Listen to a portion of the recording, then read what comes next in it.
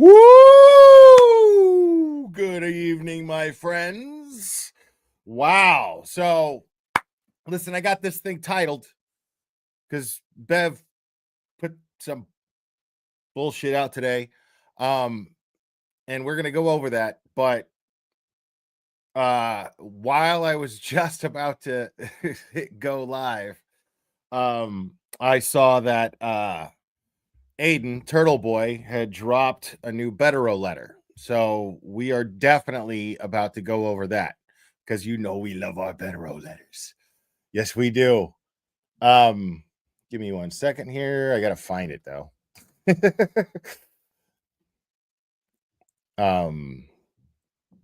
Unless somebody has it handy and wants to send it to me real quick. But I was just gonna go over Aiden's article on it. So let me see here. There we go.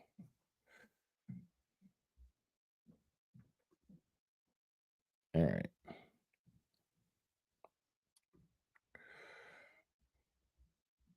All right. So, all right. I just pulled up Aiden's article. So, Canton cover up part 485.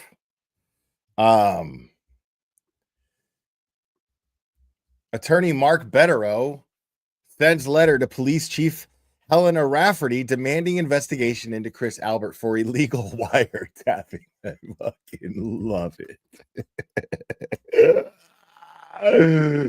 Holy shit. Okay. Let's Oh man. Now, before I read this, hold on. I know you guys are like foaming at the mouth and shit, but you got to give me 1 second. I was just on Justice Serve TV. Make sure to subscribe to Justice Serve TV because I had a wonderful conversation with them. I met Michael in Dedham when I was up there and got to talk to him a bit there. Ran into him in Canton and yeah, dude is just great. And I finally got to talk to Linda for the first time. And yes, they are just fantastic. They're wonderful, wonderful people. And I think that they're definitely one of the good guys. So make sure to subscribe to Justice Serve TV. They are experienced attorneys. I know at least Linda is. I think Michael is too. I don't know. But I know Linda is. And Linda actually has a little experience with Attorney Jackson, which was interesting to hear, which is cool. And no beef. Jackson loves her. It's all good. But they were great, and I love talking to them, and I had a really good time. And something told me to go live. I wasn't even really planning on it, and then I was like, you know what? I got everything set up. I'll just go live and talk about Bev's new bullshit. So, but sure enough, here we are. So, without any further ado, the latest in the Bederow letters, folks. Oh my goodness.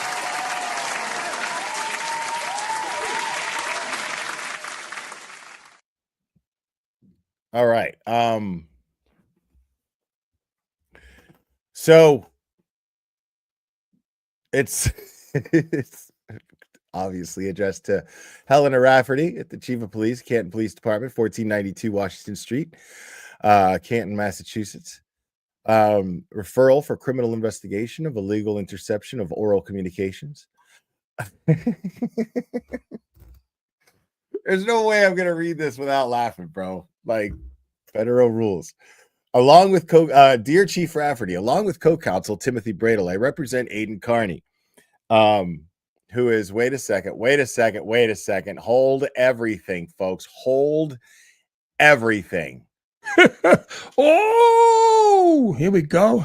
I think we got a super dad. Super dad. I think we got a super dad. Super dad. Super dad. Super dad. Dad. Dad. Dad. Dad. Dad. think we got a super chat. How dare Nurse Deb, thank you so much. Love this. Was nice meeting you, Will. Go Bederow. Yes. Go Bederow. And it was nice meeting you too. Thank you so much. Along with co-counsel Timothy Bradel, I represent Aiden Carney, who is scheduled to appear in the Stoughton District Court on March 18th, 2025, in connection with his alleged witness intimidation of Canton Town Selectman Christopher Albert on March 4th, 2025, outside of D&E Pizza, which is owned by Mr. Albert. That matter is being investigated by Detective Brian Tully of the Massachusetts State Police. Of course it is. I write to formally request that the Canton Police Department commence a criminal investigation into Mr. Albert for apparent violations of MGL, blah, blah, blah, blah, blah, blah, blah, interceptions of wire and oral communications, both generally and regarding the interception of Mr. Carney's oral communication outside of D&E on March 4th, 2025. As detailed below, there is conclusive proof that Mr. Albert repeatedly intercepts oral communications of people outside of D&E Pizza without their consent.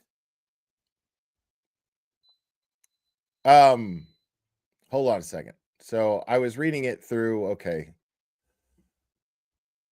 Or without actual knowledge and unlawfully possess an intercepting device with the intent to commit unlawful interceptions.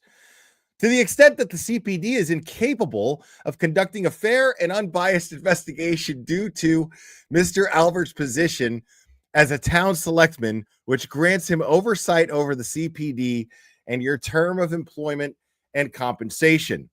The aggrieved party bringing this issue to your attention is Mr. Carney.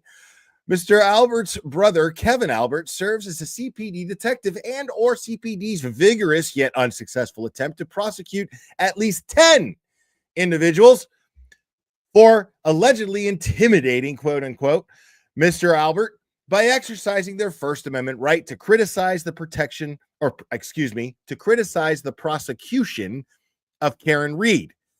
I request that you promptly notify me whether you intend to refer this matter to another law enforcement agency. The relevant facts: D&E is located on Washington Street in the heart of downtown Canton. As the town's main downtown thoroughfare, Washington Street. Now, hold on. I'm going to read this footnote, but before I continue, let me say this. I want to be very clear about something. What I'm doing right now, you guys are going to enjoy, because I'm barely going to interrupt this with my thoughts. At least I don't think so. In theory, it might happen. I reserve the right to do so. But the whole thing of that is because there's not a whole lot that I want to talk about as far as this incident goes. But I assure you I will talk about as much as I fucking feel like it, honestly. But I want to try to limit as much as I talk about this. So this footnote here is Mr. Carney is a vocal critic of the Karen Reed prosecution and has criticized the CPD, the MSP, and Mr. Albert, among others. Are you aware, acting upon Mr. Albert's claims of emotional and economic harm, the CPD dedicated staggering resources to prosecute the so-called Canton Nine for expressing their dissatisfaction with the Reed prosecution by protesting across the street from D&E and Richard Schiffer, who left several rubber ducks around various locations in Canton, which criticized the Reed prosecution. Charges were declined or dismissed against all these individuals after courts concluded those targeted for prosecution by the CPD were exercising their First Amendment rights. Additionally, as he did in the instant matter involving Mr. Carney, on at least one other occasion, Mr. Albert contacted the MSP claiming that he was intimidated by a mother and daughter placing rubber ducks near D&E. Not surprisingly, those matters were dismissed on First Amendment grounds. Okay. So D&E is located on Washington Street in the heart of downtown Canton as the town's main downtown thoroughfare. Washington Street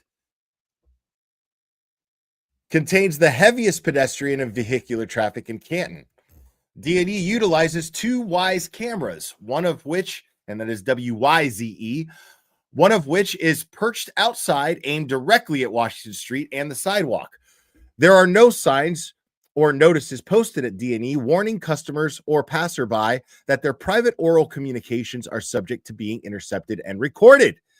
Wow. As reflected in Detective Tolley's March 5th, 2025 report outlining Mr. Carney's alleged witness intimidation on March 4th, 2025, Mr. Albert acknowledges that D&E's exterior camera intercepts and records audio from anyone within its range. I'm going to say that one more time. As reflected in Detective Tolley's March 5th, 2025 report outlining Mr. Carney's alleged witness intimidation on March 4th, 2025, Mr. Albert, that would be Chris Albert, acknowledges that D&E's exterior camera intercepts and records audio from anyone within its range. Now, if you remember, I might lose my place here, I apologize, but if you remember, earlier in this letter, he states that it has the heaviest foot traffic in Canton, and that sidewalk is only so wide. So how many recordings, how many audio recordings of private conversations of people just walking by, minding their own business, standing outside and smoking a cigarette, waiting for their order? How many people's privacy has been violated by the proprietors of D&E Pizza? I think that's an excellent question. An excellent question.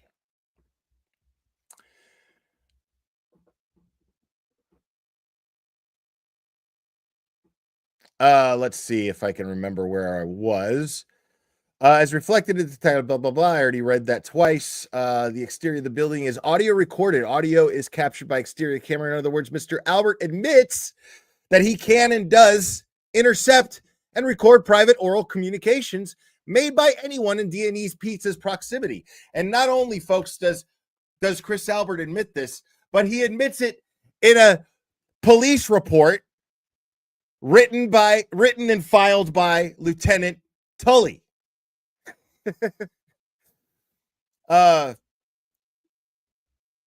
Oral communications made by anyone in D&E's proximity. Anyone in D&E's proximity, irrespective of their ignorance to the fact that they are being eavesdropped and recorded. Mr. Albert alleges that on March 4th, 2025, at approximately 10:20 p.m., he listened from the safety of his home to I swear he fucking did that shit to trip me up. Surreptitiously, I can't say that word, recorded video of Mr. Carney addressing Mr. Albert and his son Colin about their Reed testimony. Mr. Albert alleges that he was very upset about Mr. Carney's statements, although not relevant to the issue of whether Mr. Albert is in violation of blah, blah, blah, blah, blah. The video depicts Mr. Carney facing an interior camera rather than an audio-enabled exterior camera, which is located at the far end of the property. Fantastic. Before I read that footnote, thank you so much, Buzzing for Truth. This is flipping on. It is fucking beautiful is what it is. I hope Bederow is watching me right now, drinking a glass of Woodford and fucking smiling his ass off. Because he should be proud. He should be proud. This footnote here says, on March 5th, 2025, Mr. Albert spoke to Detective Tully at 8:15 a.m. Detective Tully completed a 6-page report and sought Mr. Carney's custodial arrest for witness intimidation within 49 minutes of learning about the incident. Okay? Within 49 minutes of learning about the incident. That means that Chris Albert popped fucking Tully some fucking Viagra, and Tully's dick got hard as shit and went straight to the fucking courthouse. The Stoughton District Court denied the request for an arrest warrant. Amazing. Amazing.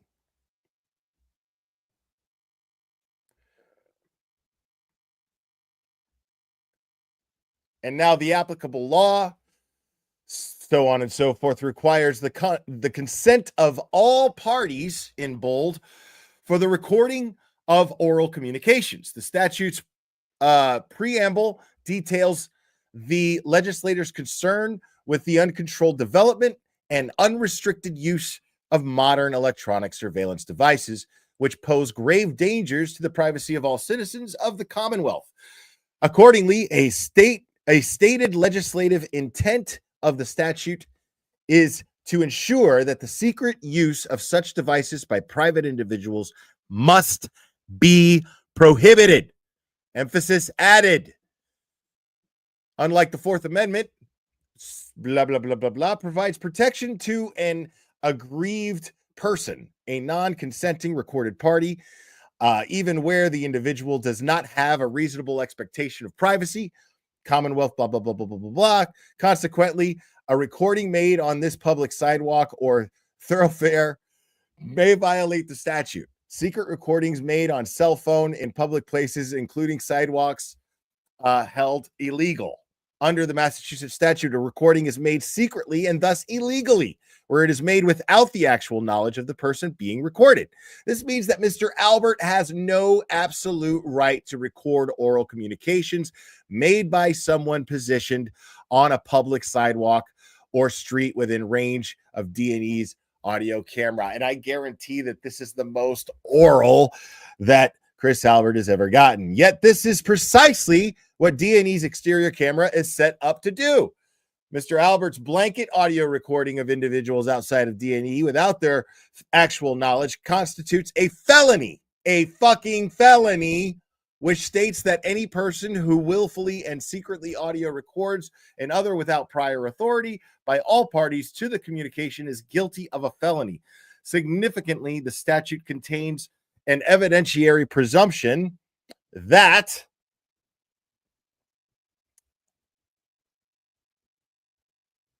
proof of the installation of any intercepting device by any person under circumstances evincing an intent to commit an interception, which is not authorized or permitted by this section, shall be prima facie evidence of a violation of this subparagraph. Put simply, thank you for that, Mr. Albert's installation of a recording camera, while aware that it would record audio without the actual knowledge of the intercepted parties, conclusively establishes that he is in violation of the statute. Additionally, separate and apart from the March 4th, 2025 audio record, of the March 4th, 2025 incident, Mr. Albert's mere possession of the camera with the intent to audio record another without his or her agreement constitutes a misdemeanor. Okay, so let me read that again. Additionally, separate and apart from the March 4th, 2025 incident, Mr. Albert's mere possession of the camera with the intent to audio. Oh, wow. So that just his possession of the camera constitutes a misdemeanor. He can still get charged just for having the fucking camera, knowing that it records audio.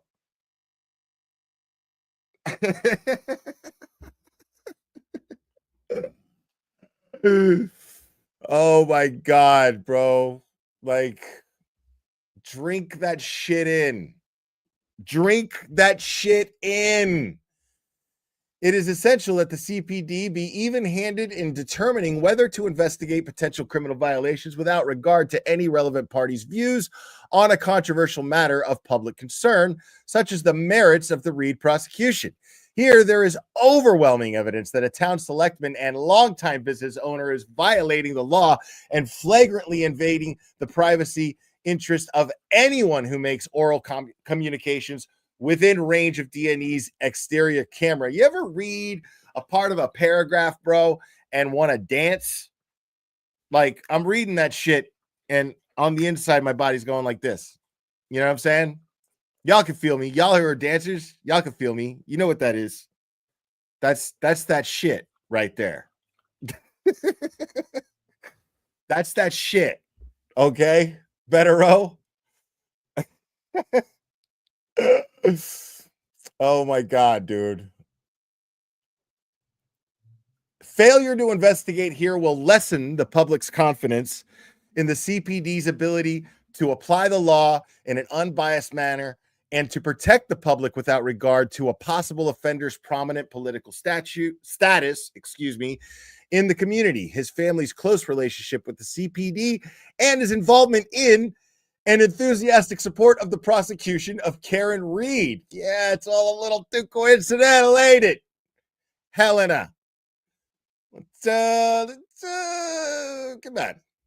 Moreover, Mr. Albert's prior dissemination of recordings from D&E's camera to mock supporters of Karen Reed at the same time, he has repeatedly and unsuccessfully accused several of them of intimidating him, is troubling and supports the need for an investigation. Fuck yeah, it does. On September 26, 2024, Mr. Albert arranged for the public release of a video from one of D&E's cameras to humiliate an individual who had the temerity to peacefully exercise her First Amendment rights by writing FKR, Free Karen Reed, on her vehicle window while it was parked in front of D&E. Mr. Albert recorded himself watching this video. He referred to the woman as a loser and a disgusting bitch, and then instructed someone to take her picture. Within a few hours, this video was provided to Catherine Peter, Krusty Panties, who promptly posted it on X.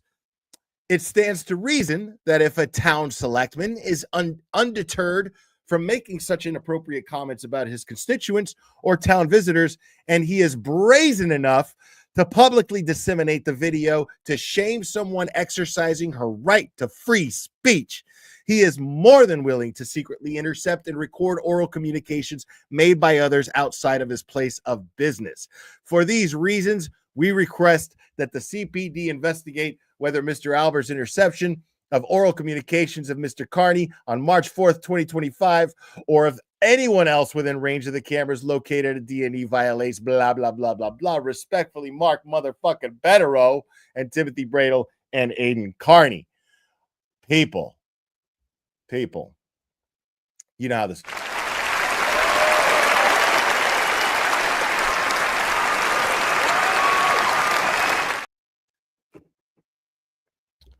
Unreal. Dude, that shit. That's that shit right there. Okay? That's that shit right there. Now, do I want to read the article? Is there an article, or did he just like drop that shit? Last Tuesday night, I was charged with felony witness intimidation for an incident while leaving CF McCarthy's the day before my motion to dismiss hearing in Norfolk Superior Court. You may have seen it on the news. Let's go ahead and watch that real quick.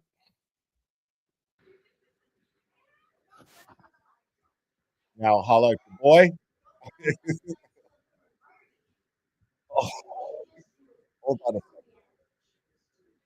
This deserves, yeah. Okay.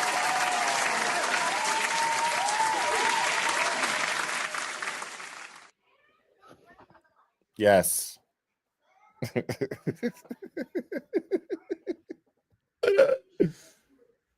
Oh my fucking God. Clowns. Anyway. All right. According to Brian Tully's police report, Chris Albert contacted him at 8:15 a.m. on March 5th to alert him that I was seen on his surveillance videos while walking to my car on Washington Street instead of calling the local police. Chris Albert immediately went above their heads and contacted his personal detective at the state police. The report states that Chris Albert has two cameras, including an exterior camera that records audio from outside. The interior camera mostly records audio from inside the pizza shop Tully claims the video shows me intimidating Chris Albert by accusing him of murdering an unnamed man and telling him Colin did it.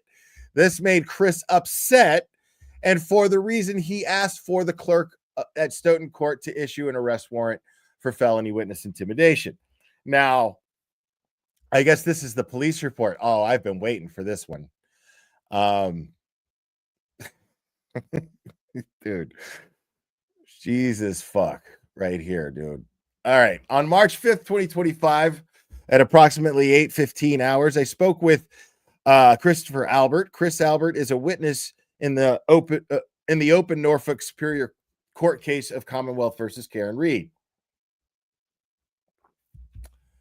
Reed is charged related to the homicide of John O'Keefe on January 29th, 2022, the first criminal trial in the spring of 2024, where Chris and his son Colin Albert testified, resulted in a mistrial.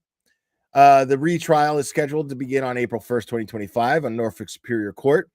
Reed's defense attorneys have alleged a massive conspiracy to frame Reed and have stated in written pleadings and the open court that Colin Albert is responsible for the death of John O'Keefe and Chris had the conspiracy. Now, I just had a thought. Like, this is how stupid I am.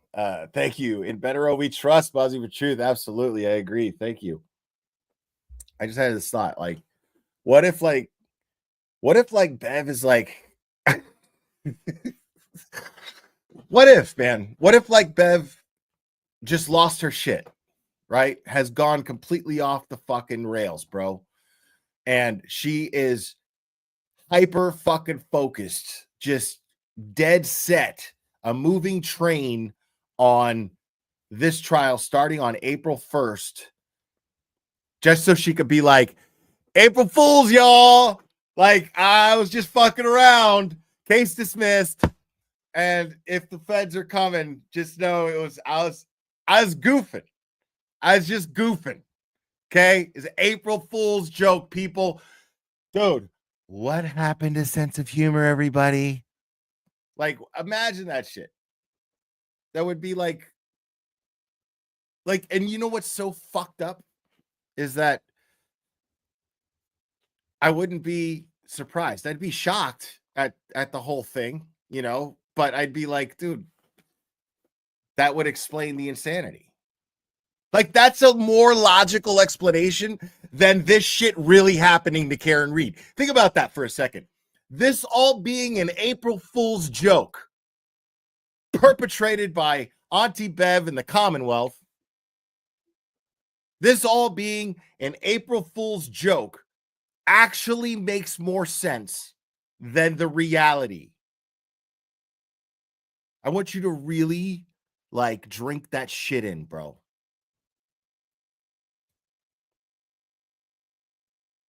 Auntie Bev rolling out there and just being like, I'm glad you're all here. April Fools, everybody. No hard feelings, Mr. Jackson. That's not going to happen, but fucking I would be like, okay. All right. It tracks.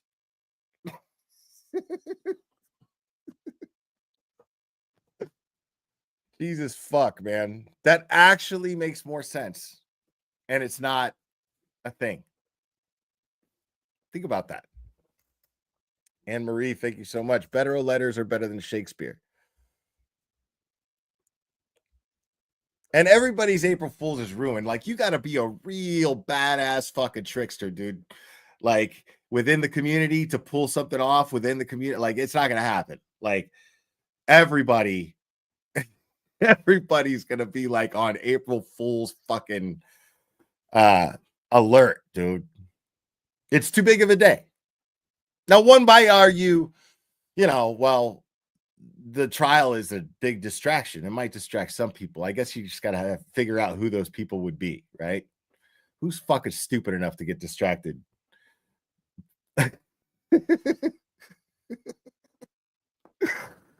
But man, that would be fucking great. You know what I mean? It sucks for Karen and her team and her family. Sucks for all of us, really. But at the same time, it would be like, okay, so that's why. Because the rest of it is just like, who knows why? Why is this happening? Why the fuck is this happening in the United States of America right now? Why is this just going on and on? An April Fool's prank would make more sense.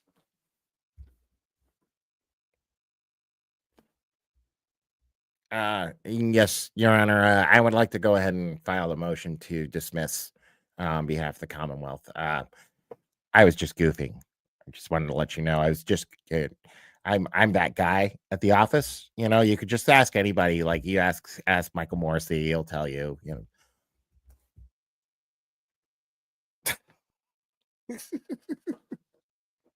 know. Brennan, stop. Stop with the whoopee cushions, Brennan. Stop it.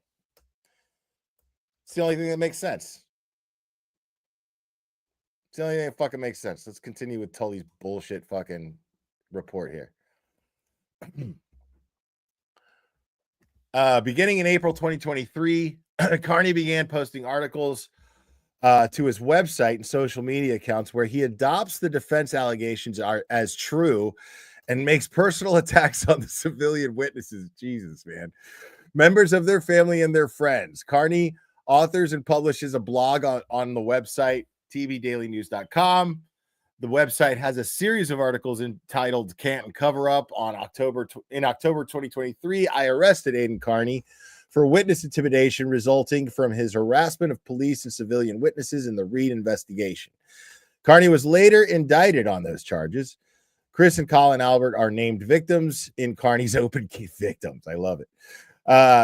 In Carney's open case out of Norfolk Superior Court. Both Reed and Carney's criminal charges have been the subject of nationwide news coverage, and he put new coverage, but news coverage in constant internet fodder. Chris sent me emails with 2 videos attached from March 4th, 2025. The videos are from Chris's restaurant, D&E Pizza, depicting Aiden Carney. One video depicts Carney walking down the sidewalk from the direction of CF McCarthy's, which is located next to D&E Pizza. A group is seen leaving CF McCarthy's that later joins Carney. Carney stops in front of D&E and places his face next to the front glass window of D&E. An interior camera captures Carney standing close to the glass, staring into the camera for approximately 25 seconds. A male with the group that exited CF McCarthy's joins Carney. Holla! Carney then begins speaking into the interior camera for over 1 minute. Still photograph attached. Audio is captured by exterior camera.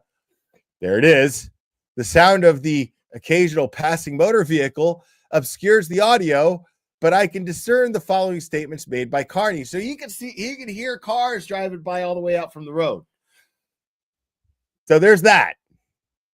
And so here's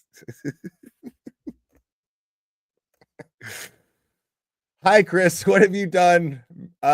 Murdered, misses you, wishes he was alive today. He would be. Why did you do that, Chris? I don't know if he leaves the guy out that Chris murdered. He leaves it out. Chris, why did you tell the jury that you got home? Why did they say that he went upstairs and waited 15 minutes? Then Colin came home. Colin didn't make it home. Blah, blah, blah, blah. Yeah. Look, all of this stuff. Look, Colin made it home until at least 12:45. Chris, I just want to know why Colin took so long to get to your house. Why, Chris? Please tell me why. Colin did it. You can tell me. Chris. I know you didn't do it. I don't want to scare you. Tell Jill to keep her hands to herself too. Jill Daniels being someone who Aiden Carney was assaulted by on video. Now this is interesting and funny because it's funny, but also because he didn't say anything that he doesn't say on his own channel. Now I can speak for myself. I sure as fuck didn't know there was audio. I sure as fuck didn't know. And I love how Tully conveniently leaves out my fucking master mime fucking performance. Fuck you, Tully. That shit should have been memorialized in that report, you piece of shit. That should have absolutely been fucking memorials. You know how many compliments I get for that? I've been memed up the fucking yin yang, dude, and you can't even fucking throw me a bone in your police report, bro. That shit was fucking brilliant. Miming. Brilliant. Unreal. What a dick.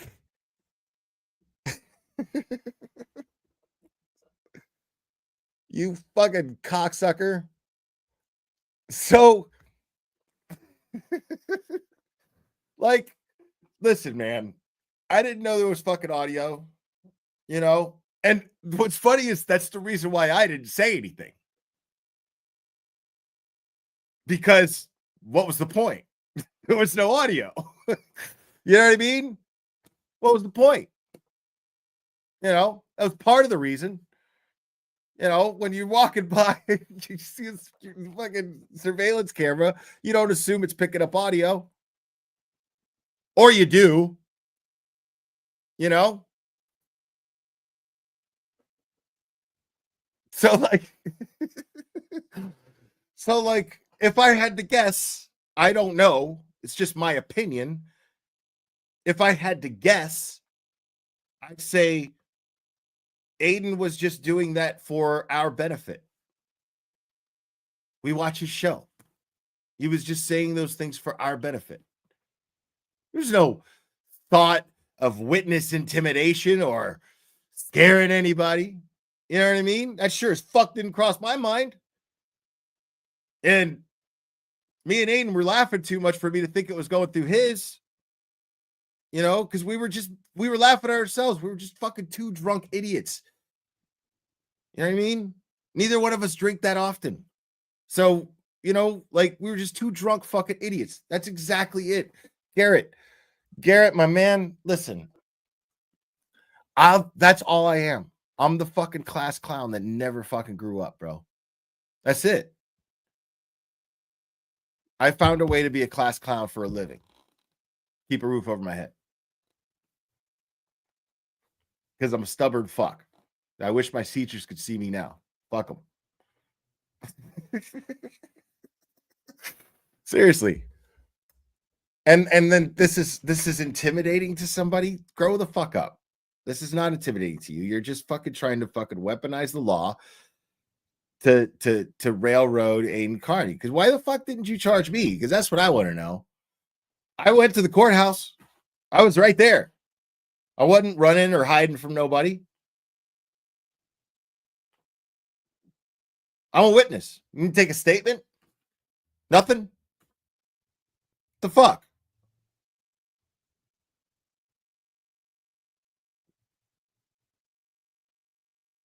Be careful of what?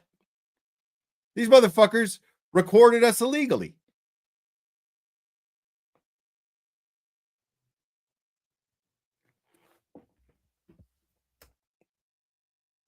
Like, that's a fact. They fucking broke the law. And what's really fucking ironic about that is, like, speaking only for myself, we were just being silly for the benefit of each other. That was it. We were being silly for the benefit of each other. That was it. And then nobody, and I mean fucking nobody, but whoever has access to that footage put there by the Alberts would have ever seen it if they weren't trying to fucking go after Turtle Boy so badly. And now look at what's happening now.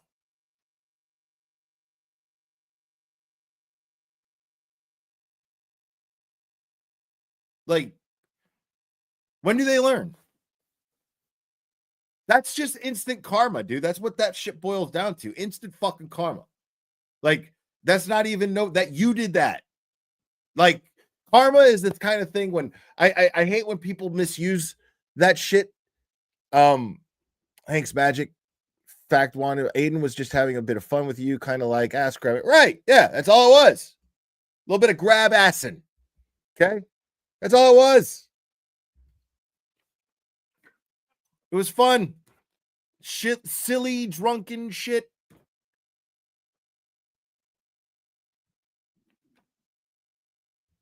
It was fun. 8-1 driving. It was fun.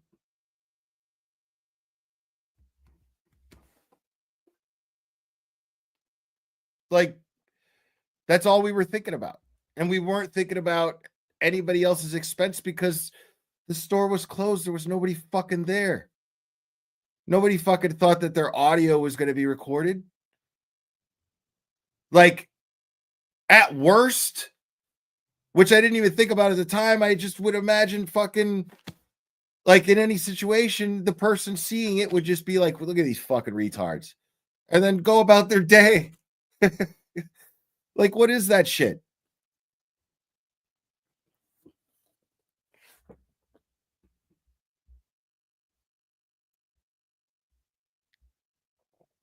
Yeah, like, I mean, it's clear.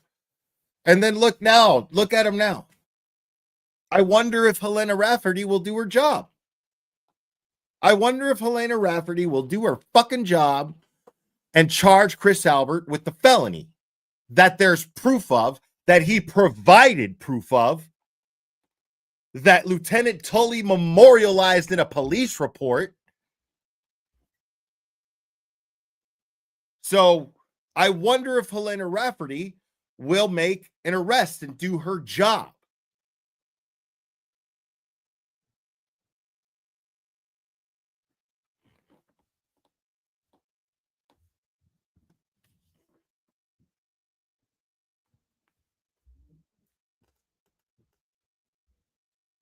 Unreal, dude. Like, this is the fucking craziest, insane shit I've ever seen in my life, dude.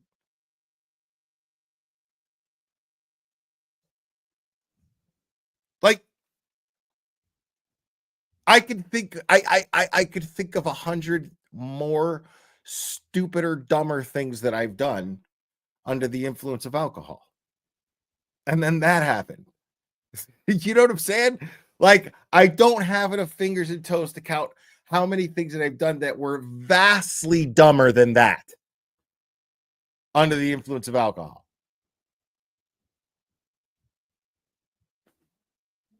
The fuck, dude?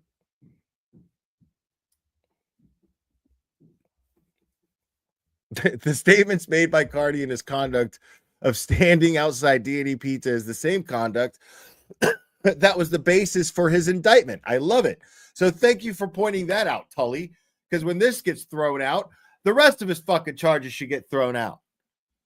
Carney directed his statements into a camera that he knew would be seen by at least Chris Albert. No. Like, you don't fucking know. At least I don't.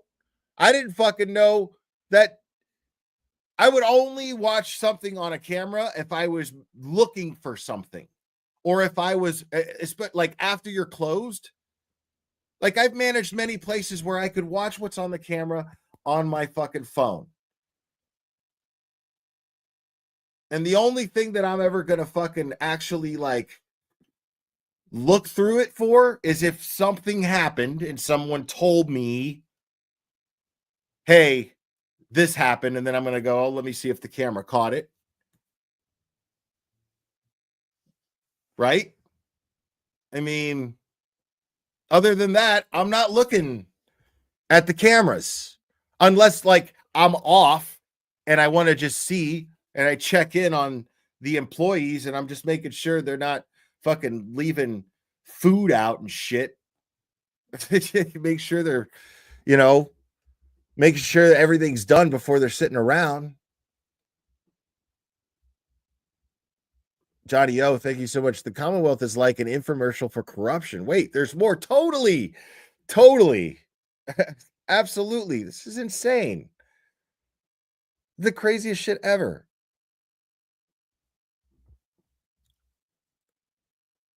When Chris saw the video shortly after the incident, he became upset. He stated he is upset for his son, Colin, and the possibility that Cardi would continue to come to the restaurant to confront him or his son. On March 5th, 2025, Carney is scheduled to appear at the Norfolk Superior Court at 2 p.m. for a pretrial hearing motion to dismiss. Carney is on bail for the Norfolk Superior matter involving intimidating Chris and Colin Albert due to the continued and the seriousness of the intimidation of the Alberts' place of business on the eve of the consequential court date. I respectfully request an arrest warrant be issued. Like, I can't take Tully and Bukkake seriously, bro. Like, I can't at all. I can't take them seriously at all, bro. Like, these motherfuckers investigated the Ducky thing, dude. Like, never again, bro. Like, you're always going to be that kid in school who got fucking pantsed. That pantsed yourself for the whole school to see, bro. Never, ever will you be cool. Ever. Will you ever be respected? You investigated rubber duckies, bro. You put all kinds of resources in investigating rubber fucking duckies. I got no fucking love at all for those guys as cops, dude. Not after the cops that I've met, dude. Like, LV cops, Tully, and Bukkake, bro. Like, who's, you know what I'm saying? Who are you taking seriously? You know what I mean? Who are you taking seriously?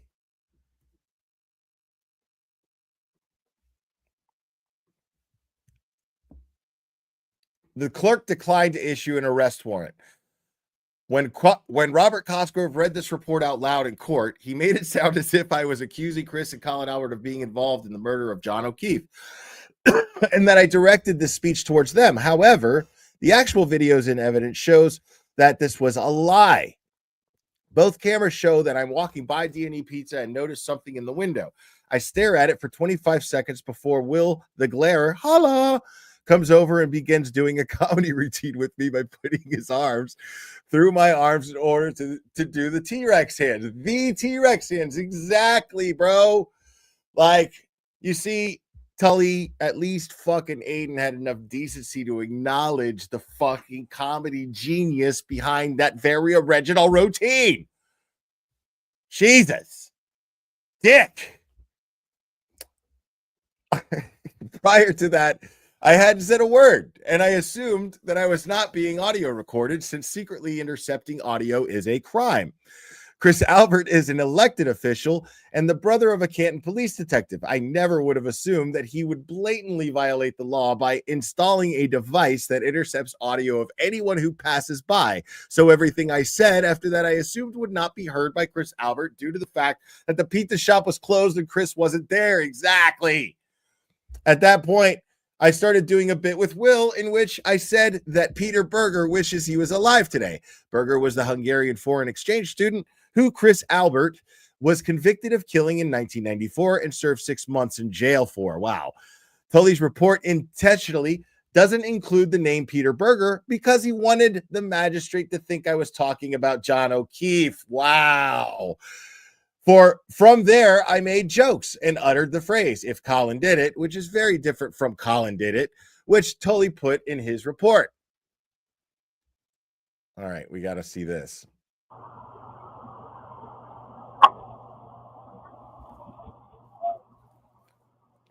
So there is audio. Look at that.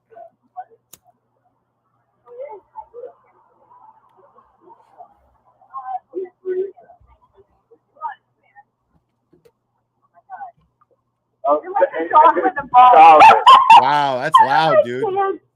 Yeah, anybody walking by there can hear. Dude, you can hear anybody walking by there. Chris Albert is fucked.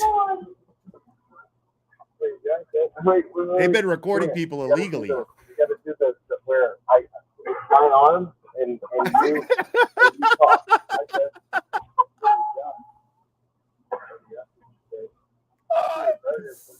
Okay, people. Okay. This is my reaction to this because I had not seen this yet. Okay. We have to do this right. You guys know what's coming. We have to do this right.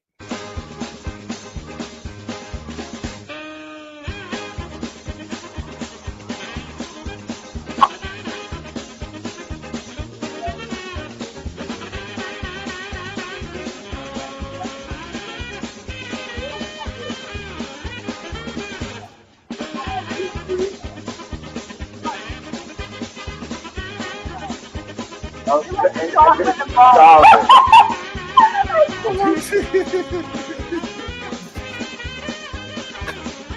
my god.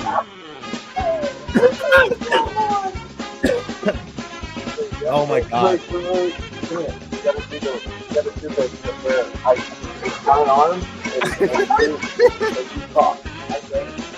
Holy fucking shit.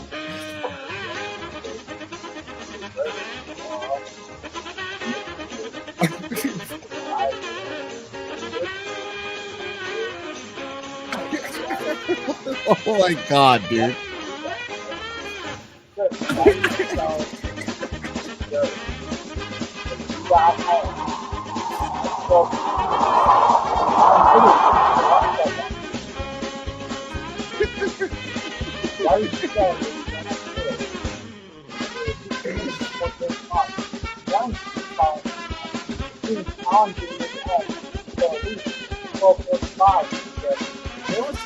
Oh my fucking god, bro. I mean, you know what? Just want to know why is the song so Oh my god, bro. why? Please tell me why. That's all I want to know. Y'all tell me. All you do is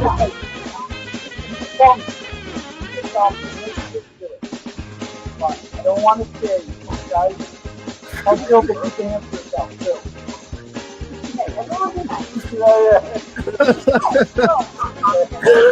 Oh my fucking god, dude.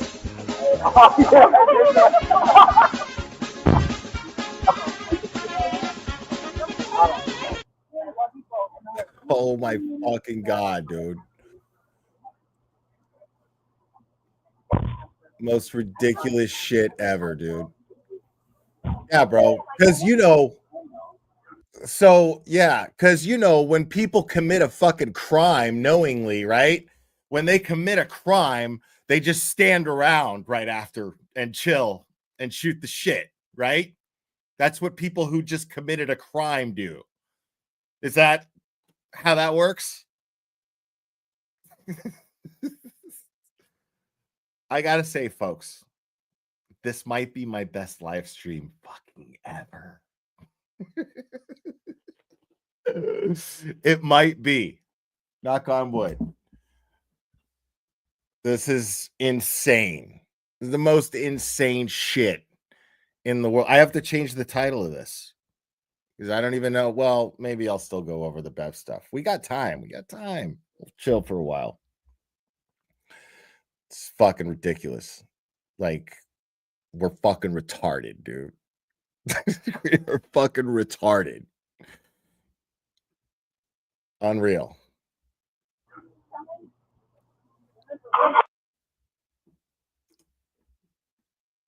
All right, here's the next one. We got to do the music. The music's got to happen. It's got to happen.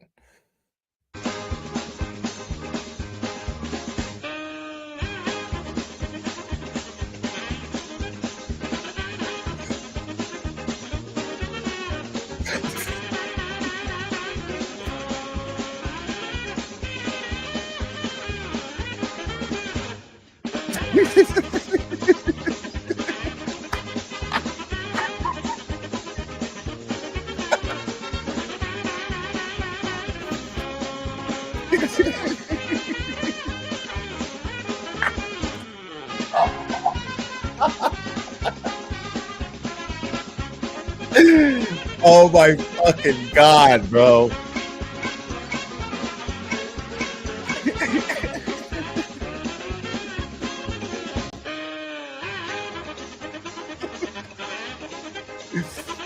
Holy shit.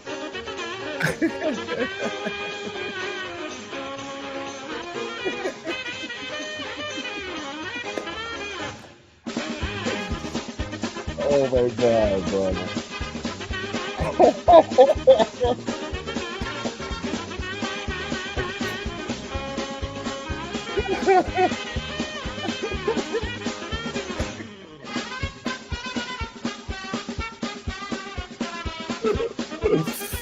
Holy shit.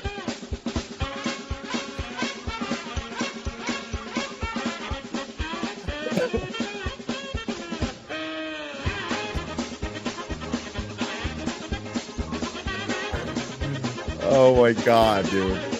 This is too much. I can't, dude. I think I just lost a pound.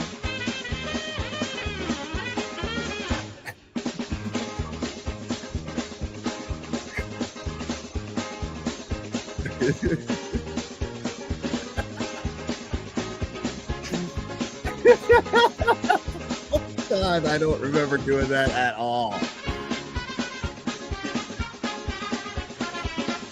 Oh my fucking god, dude. All right. Let's Now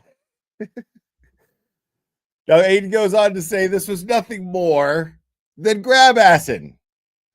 I was making a joke and goofing around with friends. I had no idea Chris Albert could hear anything. I was saying because there was nothing that indicated I was being audio recorded. Exactly. I certainly wasn't trying to intimidate anyone or get anyone to change their testimony. But within 49 minutes of watching that video, Brian Tully had filed a criminal complaint action to have me arrested for felony witness intimidation, which he hoped would be done on the courthouse stairs as I went in for the motion to dismiss. Yes, he did. Timing of that, not a coincidence. To be clear, I had no idea I was being audio recorded. I had known, had I known, I wouldn't have done the obvious comedy bit that I was doing with Will for the purposes of making other people laugh at our party laugh. According to blah, blah, blah, blah, blah, it is a felony to secretly record another person. And right here, it states the term interception means to secretly hear, secretly record, or aid another to secretly hear or secretly record the contents of any wire or oral communication through the use of any intercepting device by any person other than a person given prior authority by all parties to such communication, provided that it shall not constitute an interception for an investigative or law enforcement officer. As defined in this section, to record or transmit a wire or oral communication if the officer is a party to such communication or has been given prior authorization to record or transmit the communication by such party, and if recorded or transmitted in the course of an investigation of a designated offense as defined herein. Interception, oral communication prohibited, except as otherwise specifically provided in this section by any person who willfully commits an interception and attempts to commit an interception or procures any other person to commit an interception or to attempt to commit an interception of any wire oral communication shall be fined not more than $10,000 or imprisoned in the state prison for not more than 5 years, or imprisoned in jail or house of correction for not more than 2.5 years, or both, so fined and given one such imprisonment. Proof of the installation of any intercepting device by any person under the circumstances evincing an intent to commit an interception which is not authorized or permitted by this section shall be prima facie, I guess that's how you say it, I don't know, evidence of violation of this subparagraph. Fascinating. Yeah. Hold on a second here. Let me go over these super chats real quick. Or I think it's only this one. Here we go. Angel, thank you so much for the laugh I desperately needed. Thanks, Will. Thank you for being here. I am so glad that was the first time I got to see those videos in full, like here with you guys. That was this is a priceless experience for my channel, for me and my channel. I want you guys to know that. Priceless experience. Let's see what this says here. Love you. Oh yeah, remember this? Or no, this isn't what I was thinking. It was.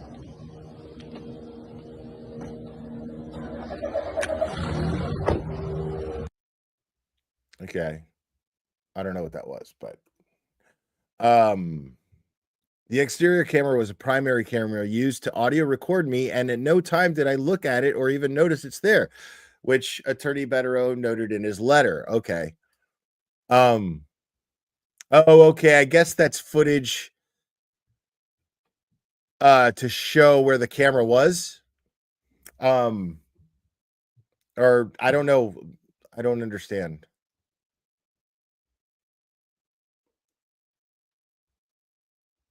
Oh, he's talking about the night of. I'm just trying to figure out what this footage was.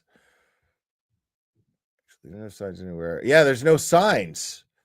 There's no signs. Yeah, so I guess somebody else went over there, recorded to show this.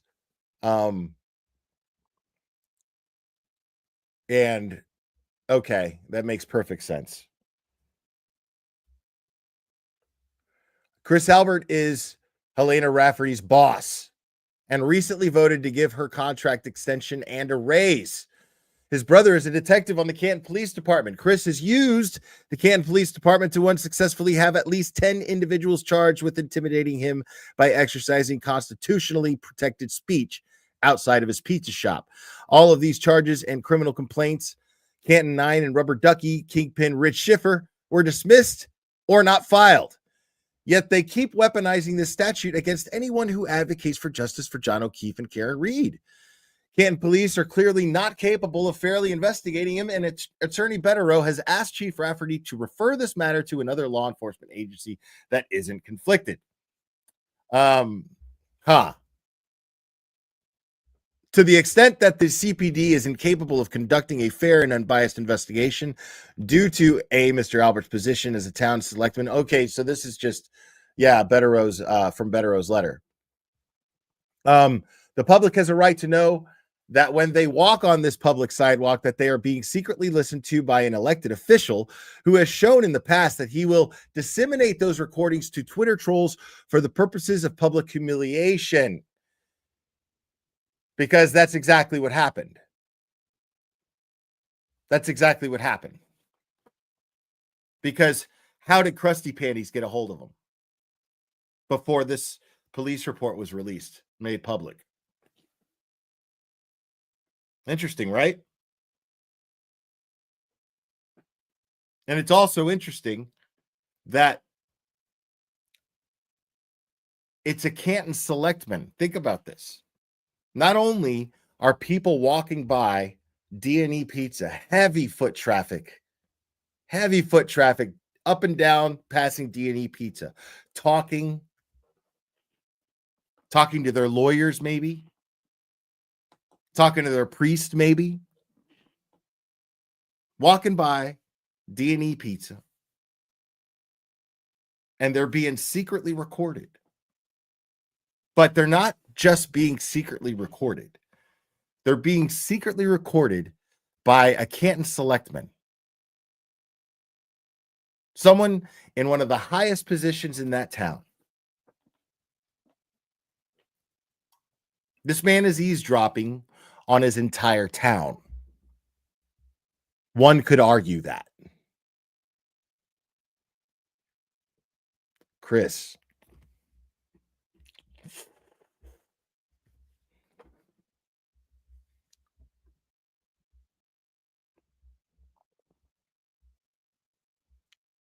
On September 26th, the woman parked outside D&E Pizza with the letters "Free Karen Reed" written on her car windows. Unbeknownst to her, Chris Albert was recording her using both his interior and exterior cameras. While inside the pizza shop, he could be overheard mocking the woman, repeatedly calling her a loser and a disgusting bitch. He then sent a copy of this video to a woman named Kate Peter, who is currently being charged with felony witness intimidation against multiple people, all of whom are supporters of the Free Karen Reed movement. Chris Albert chose Kate Peter specifically because he knew that she would share it on her Twitter account for the purposes of shaming the so-called disgusting bitch who was secretly recording.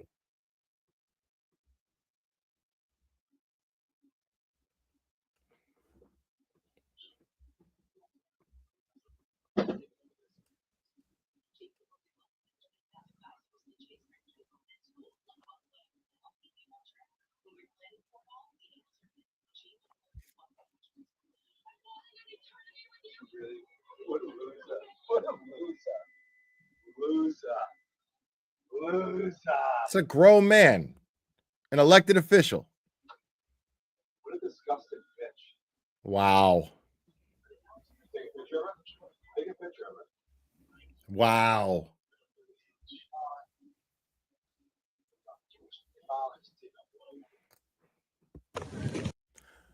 Wow, man. Chris Albert is a special kind of piece of shit. No doubt about that.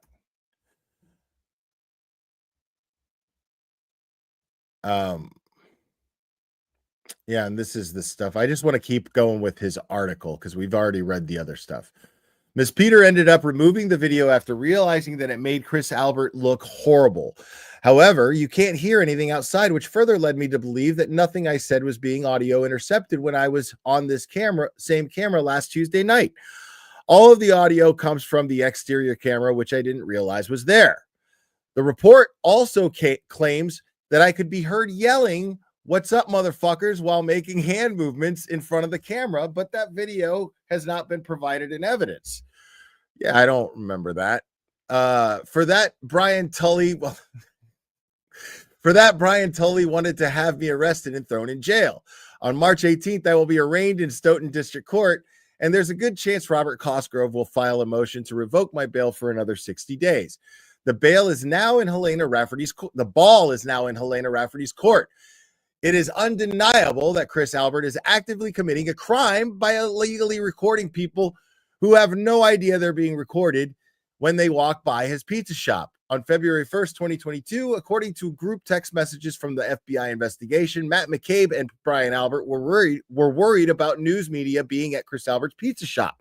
McCabe instructed Chris Albert to just tell them the guy never went in the house. When the media left D&E Pizza, Chris could hear everything they were saying, and they had no idea. I don't expect much from Chief Rafferty, but if she doesn't charge Chris Albert for this, then she will be proving that I was right all along about 2 tiers of justice in Canton. Well said.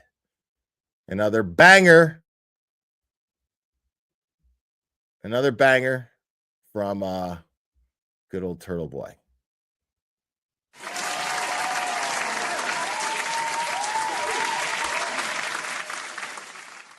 All right. So Jesus fuck, man. That was absolutely ridiculous.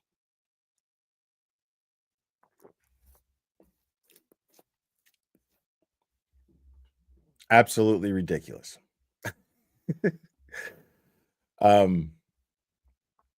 So let me see if I can find, hold on.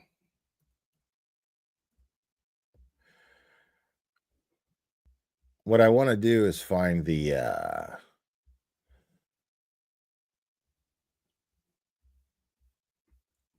latest filing from Judge Bev. I don't have it handy. But let me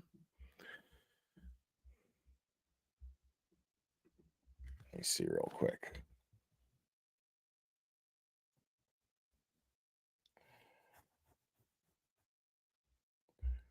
Didn't somebody fucking send it to me?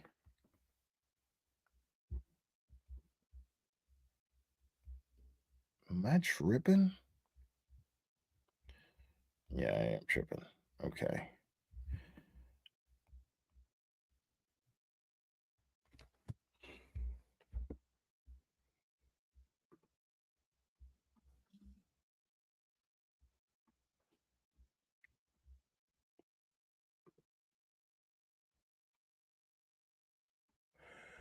All right. Sorry, guys. Give me 1 second here. I know someone posted it, and I just can't remember who it was. I'm sure it's posted in the hold on. Let's try this.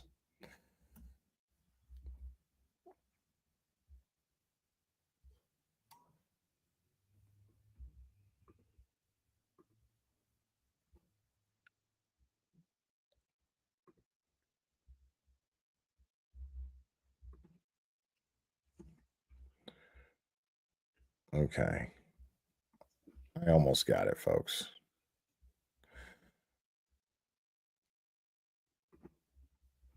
All right. So we've got this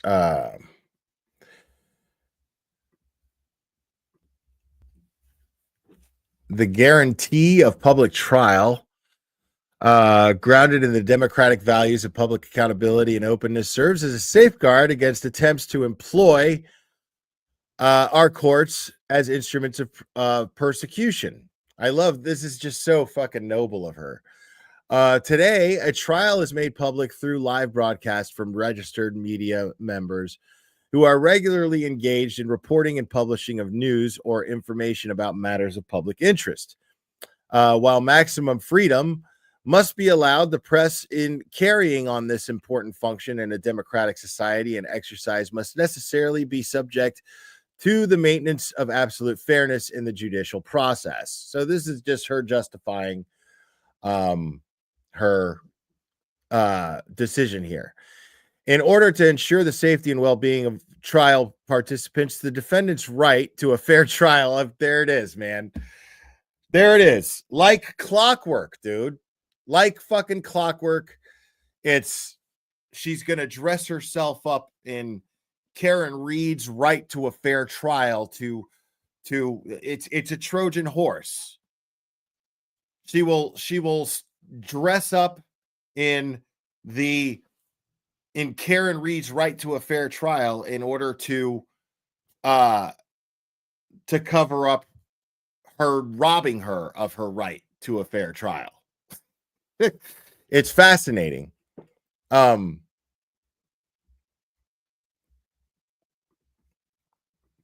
So in order to ensure safety, blah, blah, blah, defendant's right to a fair trial by an impartial jury, conformity with Supreme Judicial Court rule, and the dignity of proceedings, the court enters the following orders regarding media and journalist coverage, the above referenced case. Wrong thing. Hold on. Media representatives, reports, journalists, and anyone else claiming status as a journalist under Rule 119 shall be required to sign in every day in a manner prescribed by the clerk of the court and to show proof of registration with the Supreme Judicial Court Public Information Office. Now, listen, I'm not going to go crazy with all of this because this is something I did read already, and I don't want to go over each one. What I concluded mostly was that for the most part, except for a couple of points, maybe just one even, it's pretty standard, it's pretty standard.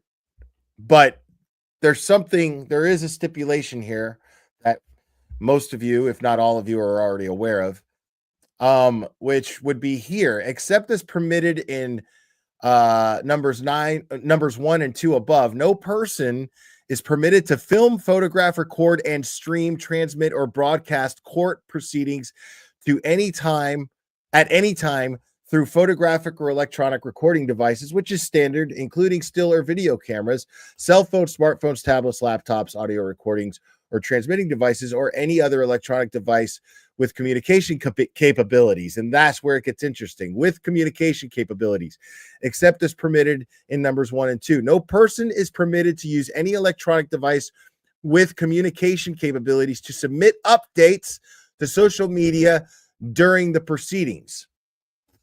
Now that's interesting because a lot of times we like to check, like when I'm streaming the trial, I like to check in with Turtle Boy when he's sitting in there, and Turtle Boy will tweet things. And I like to check in with Ted Daniel. He will tweet things. So that's now a no-go. So there's going to be no tweeting or social media updates coming from the press pool, which is kind of crazy, if you ask me. Because I don't see the fucking problem. I mean, it's being broadcast, Now, one might think, oh, okay, well, it's being broadcast, so why do they need to tweet about it? Well, it's not a question of why they need to tweet about it. It's a question of whether or not they have the fucking right to tweet about it. That's the question. Not whether they need to or not. That's not, no. Aidan Carney is a writer Ted Daniel is a writer. They have a right to express themselves and their observations in their own creative manner. They have an obligation to their target, to their loyal audience. Their loyal audience has an expectation of each of them. Those of you who watch me and multiple channels, you watch me because you know what to expect from me, even though we're all talking about the same thing. You know what to expect of me. You're like, I want to hear what the Glare has to say about this, right? Same thing with Melanie Little. Same thing with LTL. Same thing with Aiden. You want to hear different perspectives. You want to hear, I wonder what the Glare thinks about this, or I wonder what Aiden thinks about this. But you follow pretty much all of us, right? For that reason. So I feel a responsibility to you to do what I do. So, like, anybody sitting in that press pool has that right. That's like telling somebody how to run their business. Inside the courtroom, they could tweet all day. Outside the courtroom, well, yeah, outside the courtroom. Well, fuck that. Thank you, Orphan, but fuck that. Fuck that. Only on breaks can they tweet. That's fucking bullshit.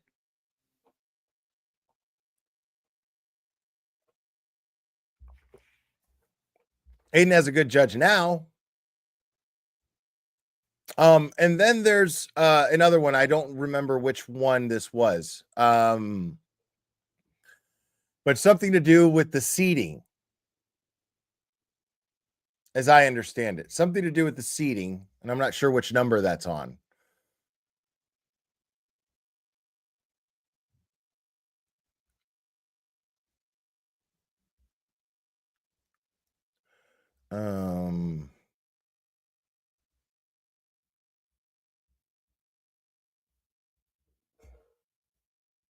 Hold on. In accordance to the court prohibits filming of photography, jury impanelment shall commence on April 1st, blah, blah, blah. The first session, courtroom. All persons this order, clean media representation, blah, blah, blah, interviewing an attempted person. I'm not seeing anything about the seating. I saw something on Twitter about it, but I'm not seeing that actually in the actual order.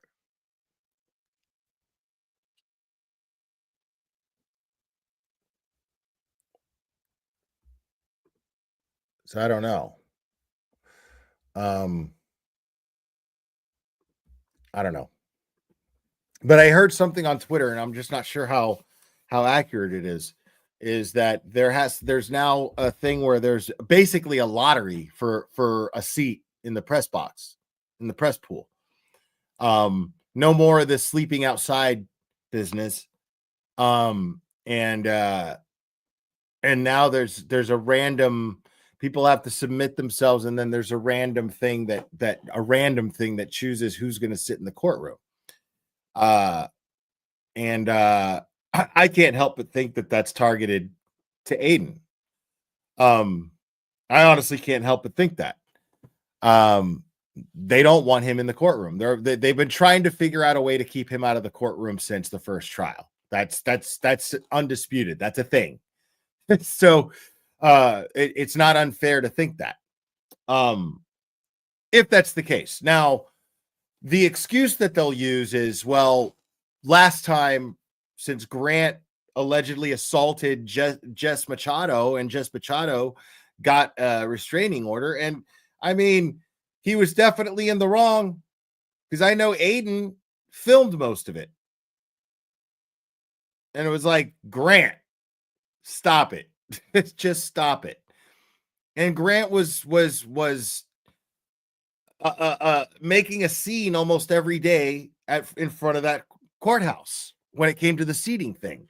So I could see that being a valid excuse to use in order to avoid that bullshit circus from happening again. Make it fair for everybody and make it kind of like a lottery, you know? But why do I not trust the word random when it comes to that?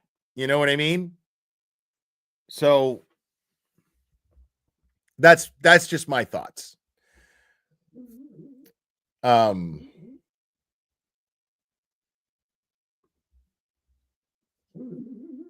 did Twitter crash again?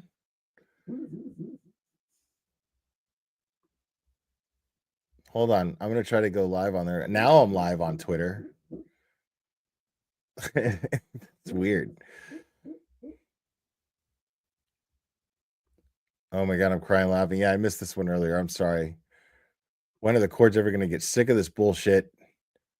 And I missed this one too. People come from all over the world to stand in front of D&E Pizza, maybe visit the waterfall and get some fries or a meal of food at Sea of McCarthy's.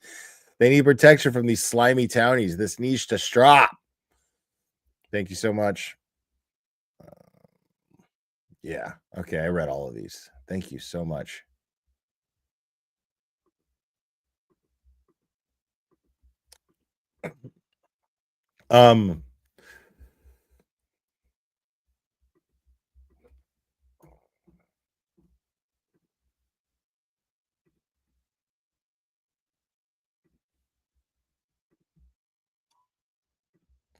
Phone lines are open, folks.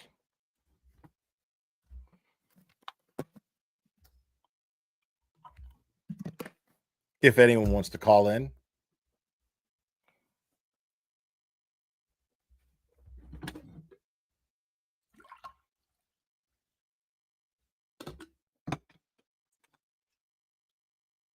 Chock full of nuts? More like chock full of flavor.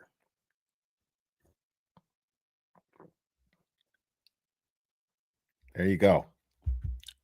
There you go. Chock full of nuts. Pay me.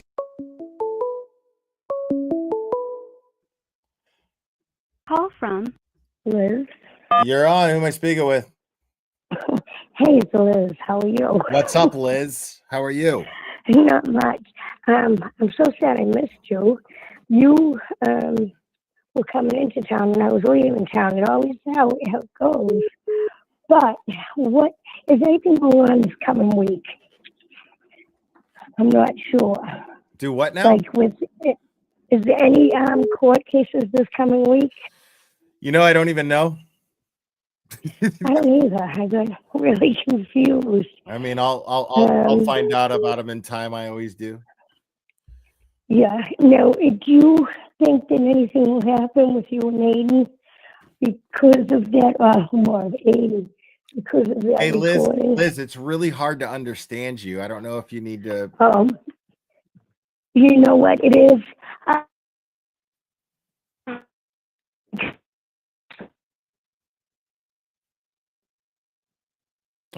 I don't know if Liz. I don't know what happened there.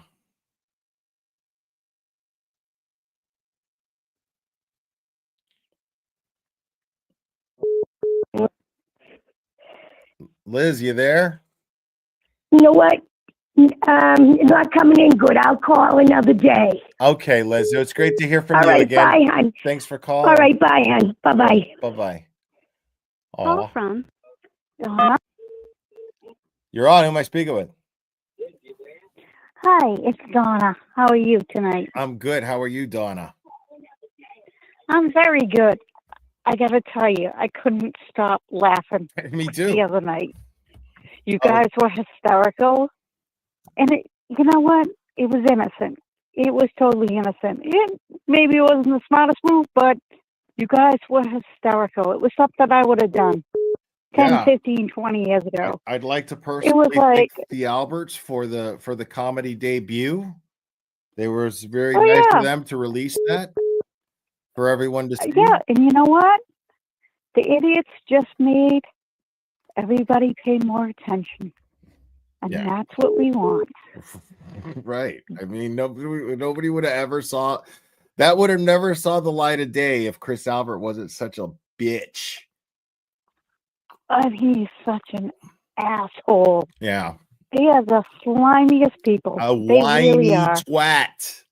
A whiny Yeah. bitchy twat. But I gotta tell you, I love you. I loved it the other night. You and Aiden were killing me. I was busting a gut. Thanks for the great laugh, because it was freaking amazing. Dude, man, like we were just having fun. That's all it was, man. We weren't trying to hurt nobody, man. We didn't know we were being No, fucking and audio that's recorded. exactly. I got that, and I'm like, they're gonna charge him for that? Fucking They crazy. are assholes. Yeah, it just looks stupid doing it. You know what I mean? Like you managed to make yourself Yeah. stupider than we did by charging Aiden. With Oh yeah. Like think about that. Like, how did you manage that? You managed to make yourself look dumber than we did in that video. How? Like, you have to be a fucking loser, guy. So, Yep. you have to be. Totally. But I just got to tell you, you make my day.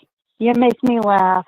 I love you for that. And free Karen Reed. Free Karen Free Turtle Reed. Boy. Free Turtle And Boy. fuck the McAlberts. Yeah, fuck the McAlberts, bro. Seriously. Fucking You have a good night. you too. Stay well. Thank you, Stay Donna. safe.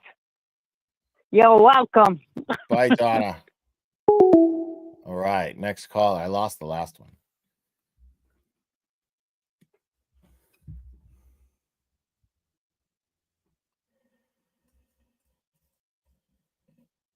Bro. Yeah, stupid shit. Dumb shit. Dumb shit. Call from You're on. Who am I speaking with? Lisa Oaks. Lisa Oaks. What's up? Will. You need to play that again before you go off there. No, man. Y'all can catch the replay. It's enough. You need to play it again. That's enough. It was so fucking hilarious. I can't. The Aiden and Will show. Stupid. I love it. That was Pissa. It wasn't. Chris Albert is a pussy. I mean, come on. Like, seriously. He's a faggot. Oh, hey.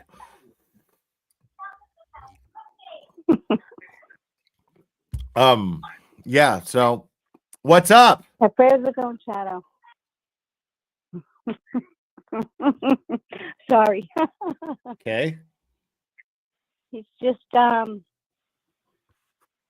everything. He is. Yeah, he is. It was all in good fun. I love it. Play it again. You got to make it part of the show. Maybe. We'll see. Not a Come bad back idea. soon. All right. Thanks. Bye-bye. Thanks, Will. Bye. Next caller.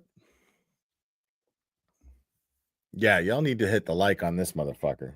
For real. Y'all need to hit the like on this shit.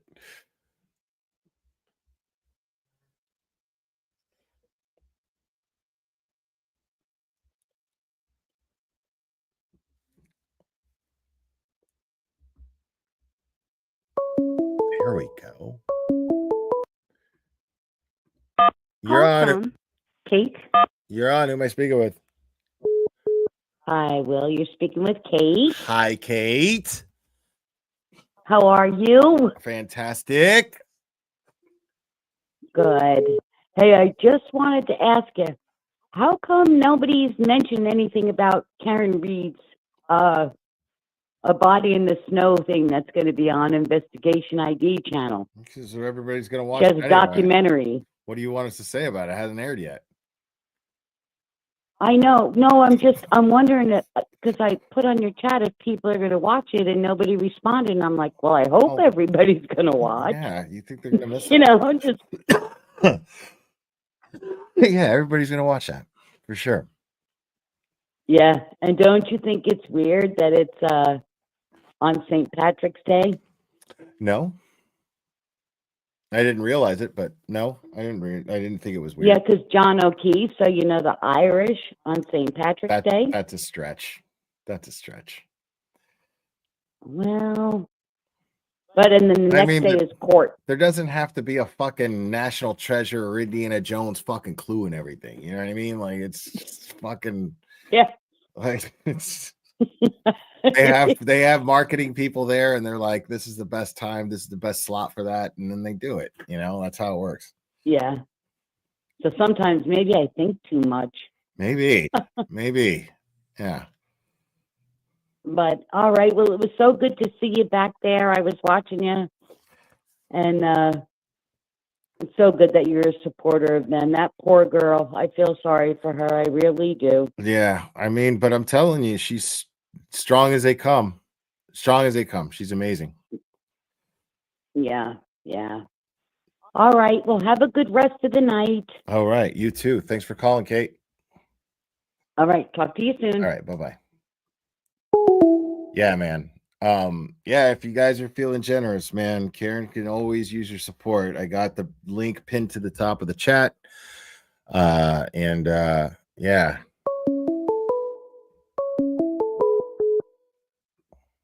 Call from You're on. Who am I speaking with? Patty. Hi, Patty. Hey, Will. Two questions. One, do you think that this information brought forth by Bederow will get the folks who live in Canton to finally stand up to Chris Albert and be like, you cannot be I certainly hope so. a sportsman? I certainly hope that people actually mind being recorded without their knowledge. I certainly hope so. Yeah, I'm trying to feel like a little hopeful that this might be the breaking point for the folks in Canton. Yeah. I mean, there are a lot of things that I feel like should have been a breaking point for them, but this maybe be the last straw. Yeah, no, I mean, we'll see, but I mean, come on, like that's what it boils down to. Canton residents' selectman is eavesdropping on them from his place of business. It's just that simple. Yeah, absolutely. All right, and the other thing that I wanted to ask you about, just because I felt like it was teased a little bit the other night, and I want to throw it out there, see if maybe I just missed it. The petty stream, one final petty stream. Oh, I got one in mind. Yeah, I got one in mind. So one more before I make before I make it members only. I did kind of allude that I was going to do that anyway. So yeah, I'll do one more petty stream before I make him members only. I got somebody in mind, a newbie that caught my attention. Oh, really? Yeah, he caught my attention. So. Oh, this is exciting. Yeah. All right. Well, either way, I'll see them, but I was just because Aiden had commented on one in particular on KP, and I was like, oh, that'd be really fun. I'd like to see that. Yeah. That would entertain me. That would really entertain me. Yeah. KP is just so easy to roast. Like, just he's her until she blocks me, her profile is not safe for me on Twitter. Just is. But thank you for calling. I'm gonna go ahead and take the next caller. Appreciate you. Thanks so much. Yes. All right. Talk to you soon. Bye. Bye. Call from. You're on. Who am I speaking with? It's Piney Woods. Hey, Piney Woods. What's up? Not much. Just sitting on my back porch. Okay. Right on. But I was calling in about first that letter from Mr. Bederow. Chef's kiss. Smooth. Yeah. Golden. It's money. But I was wanting to call. Maybe it was 2 or 3 streams ago. I don't know. I've been I'm fixing to have surgery, and I'm kind of ooh. But I was so outraged by the order issued allowing the who is he, the dog guy in. without having a Daubert Crosby? hearing or anything. Crosby, yeah. Without having a hearing. I mean, they put the most qualified expert I've ever seen through 2 days of Daubert hearing, and she just writes that report. She doesn't even say it's a close call like she did on the other doctors. That upset me. The order allowing Dr. Russell should have been written just like that. Yeah. But I mean, it's so crazy that there was no Daubert hearing, like, and this guy is clearly not qualified. Like, he's so not qualified. Well, he certainly does. I mean, maybe he has some qualifications, but he certainly doesn't meet Daubert. Well, right. That's what I'm saying. He's not qualified. Yeah. He's not qualified to be an expert on whether or not, Chloe bit John O'Keefe. I mean, it's just that's simple. Not even the issue. The issue is we're not trying to identify Chloe. We're saying a dog, which Dr. Russell is saying a dog bit him, not Chloe, not somewhere. Well, right. That's disputing that. Yeah, that's disputing Dr. Russell. Like, but this again, you're making a good point because this is just another example of the it's a waste of time playing defense. Prosecution's playing defense. That's why they're, like they did last right. Because I mean, it was only in trial, but I don't think in pretrial the defense has even mentioned Chloe, just a dog, the same way. But I could be wrong. Well, yeah, I could be wrong. I'm not sure. Dr. Russell said in her testimony, "I'm not saying which dog bit him." Right. And any dog would be exculpatory because it contradicts the theory that a taillight did that to him. So exactly. Anyway, the order really disrupted me. I've been trying to give the judge some grace, but it's gone. It's gone. It's got to be. It's got to be. Like, you can't have common sense at this point and then give her grace. Like, there is no reason whatsoever why a investigative officer in the very murder that someone is on trial for and is a witness in that trial should have anything to do with the jury at all. Not even to a second or third, fourth degree. He shouldn't. No. And that the whole Fanning juror thing. Yeah. There should have been a hearing in trial 1. There should have been a hearing when absolutely Mr. Jackson asked for it, and have an evidentiary hearing and see what's up. And they need to do it this time. Right. That is it's going to be appealable. She says, no, I don't need that because I say he didn't have contact. Well, hello. The number one evidence that he had contact was that he's the one that reported the alleged juror misconduct. Right. I mean, it's just outrageous. Yeah. Kind of just those two orders. Come on. Like, it's in your face. And Bev being so defensive about it is just like, dude, you're just telling me that you knew about this. You had every bit of awareness of it, and you didn't do anything about it. Exactly. And then Brennan stands up and says he's the most XYZ right guy ever. And, I was thinking about Mizzy because yeah. Imagine what it was like for Mizzy to have to listen to that shit. I felt it. When he was saying it, I was going, me too. Oh my gosh. I can't even imagine what Mizzy might be thinking. I mean, it was outrageous. I've never seen a lawyer do that. I mean, I've fought for experts before, but you just kind of say he's done XYZ or she's done ABC, and therefore they're qualified. Right. Never, ever should an attorney stand up and give personal recommendations? Right. What the fuck is that? It's not allowed. It shouldn't be allowed. I mean, yeah, like Bev is crazy, dude. Like, and she just is not giving any fucks. It's so wild. I don't understand it. I don't understand why somebody higher up isn't saying, "Hey, you need to even it out." I keep hearing from like and I dig Larry, the DUI guy. I like him a lot, but he said it on Tom's today that like on Tom and Mike's, he was like that there's that once the judge could do whatever they want, they're absolute. Like, that's it. That's done. There's nobody. And I'm like, I find it hard to believe that a judge engaging in this much misconduct answers to only God. Get the fuck out of here with that. No way. No, that's not true. No I'm way. sure there's a governing. There's got to be. Here in Louisiana and in Texas, there's a commission on judicial conduct, and I'm sure that there's an overseeing body for judges and mass. I mean, if there's not, that's crazy, but surely there is. And I would expect for someone to just, say, hey, maybe you need to tone it down or something. I mean,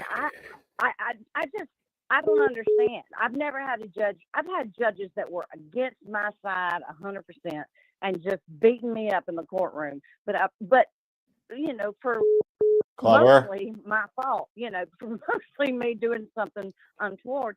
But I've never seen a judge like that. I mean, never.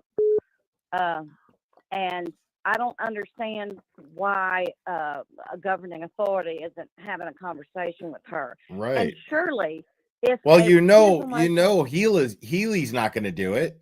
You know what I mean? Like, Healy just ignores everything that's happening in this case. She's not even touching it.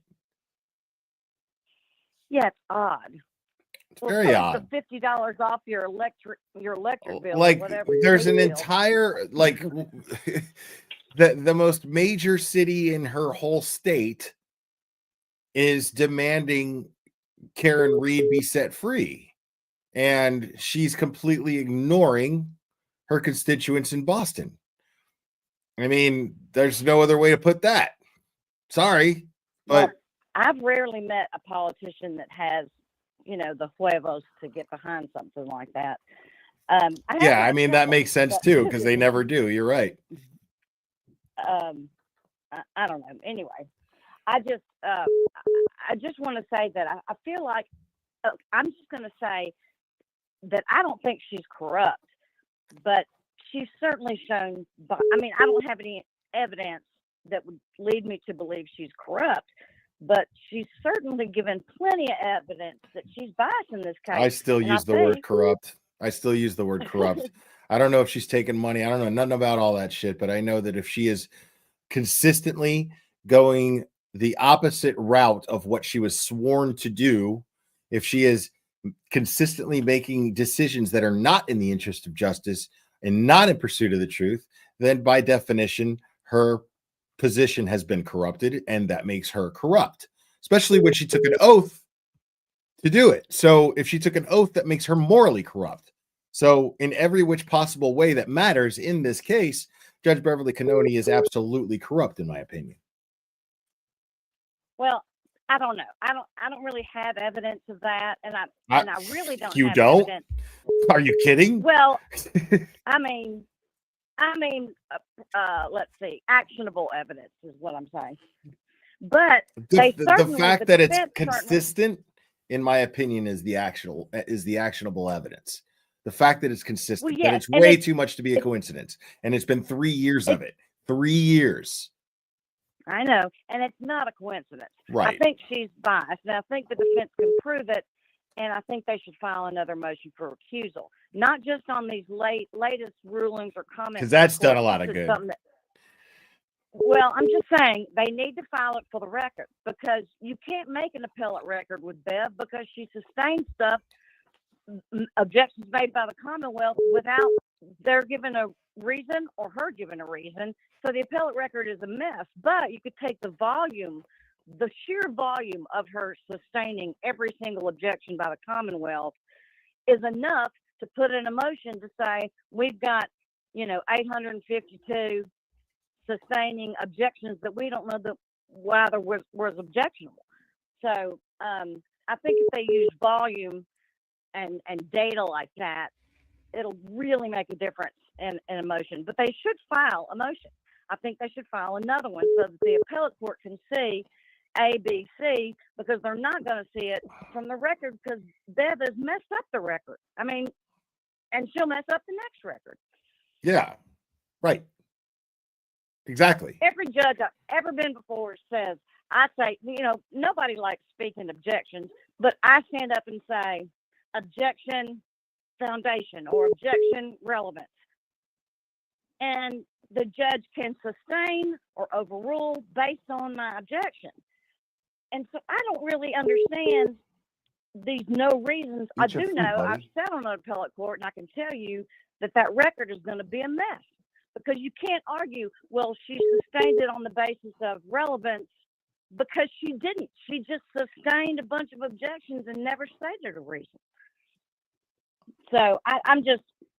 I'm done. I mean, just keep giving me examples as to why Beverly Cannoni is just biased and not corrupt. Like, I mean, bias is a form of corruption, as somebody stated in the chat. I think that's true. Bottom line, true. I mean, she's violating. I posted it. I posted the link. She's violating Massachusetts rule of law. I mean, she's done it repeatedly for the last 3 years. She's done it. Yes, and well, just I'll give you a little background. Back when I started, when dinosaurs roamed the earth, and I was a young lawyer at a big office, and there was a federal judge that was doing some things that were just awful, and it took our whole office and the power of the government to get him down, but we did. It took a minute, but in a situation like a federal judge, it's lifetime appointment, so it's a little bit more difficult. But I really feel like a second motion to recuse would be paramount for the record on appeal. And and they might even ask someone else here. Yeah, I'm not arguing that they shouldn't do it. I'm just saying, in my opinion, they've already done it at least twice. So what's a third time going to do, except besides put it on the record, which maybe they'll have all this new evidence to put in there. Okay, yeah, that's actually a really good point. So they haven't filed one with the information in regards to Lieutenant Fanning yet. So that's a good point. Or any of her weird. I'm sorry that I even debated you. You're absolutely right. Like, if they have enough, with the more that Bev does, there's more to file. There's more to put in their filing. So, yeah, you're right. Absolutely. Yeah, and all the appellate court can look at is what's in the record. If it's not in the record, they can't know that they heard something or they saw something. It has to be in the record. Right. So, I think they should file another one. I'm sad about Mr. Bederow too, but and in her order, she said something else that I thought was way out of line. Was that in the Bederow order? Anyway, she cited the wrong professional responsibility statute, which was about waivable conflict, but she said he had unwaivable conflict, and I was put up with that. I just it's like the walls are closing in, and then you're just seeing more and more and more of like who Hank Brennan really is and who Beverly Cannoni really is. So it's really interesting. It's really interesting. Yeah, but Brennan going off on the credibility and integrity of Fanning, yeah, you just don't do that. It's called bolstering your own witness, and it's wrong. And somebody, I feel like, I don't know why, I guess the defense team was shocked. I would have been. I would have objected my rear end off. Yeah. But I was shocked when you said it too, and I thought, I thought about Mizzy and all the people that know everything about the Sandra Birchmore case, and it just broke my heart. Yeah, because it's not supposed to happen like that. I'm a big follower of the rules, I'm like, I want everybody to follow the rules. Everything that could be wrong with this is wrong. It just is, all of it. You had the Aiden stuff, the Sandra Birchmore stuff, the Justin Root stuff, the Jose Delgado Garcia stuff, or Enrique Delgado Garcia. Sorry, I have a cousin named Jose and I got confused. Enrique Delgado Garcia, and all of this stuff. It's too much. It's too much to be a There coincidence. can't be. I knew a lot of murder police, and those guys would talk to me about investigations and stuff, and I was Almost done, buddy. fascinated by it. Almost done. But the murder police will tell you almost to a one, there's no such thing as coincidence. I mean, there might be one, but 2,000, no. Right. No, it's too many. Yeah, it's all too much. All right, I'm gonna go ahead and wrap this up. Thank you, Piney Woods, for Okay. calling. Oh, you have a great evening. Thank you so much. You too. Thank you. Always a pleasure. Bye bye. All right. Guys, that's gonna be it for me. You guys are absolutely fantastic. I really, really appreciate you guys hanging out with me, man. What a fun live. I'm really glad I got to hang out with you guys and got to react to that with you guys live. That was great. But yeah, man. I am really grateful to you guys. Thank you guys for subscribing. If you're new subscribers, please hit the like if you're enjoying the channel. It means the world to me. And I appreciate all the support, all the super chats and everything. You guys are amazing. It really means the world to me, and cannot express how grateful I am to you guys for that. But I am tired, man. So I am going to wrap this up, and I think you guys are amazing. I love you guys very much, and we will do this again very soon, my friends.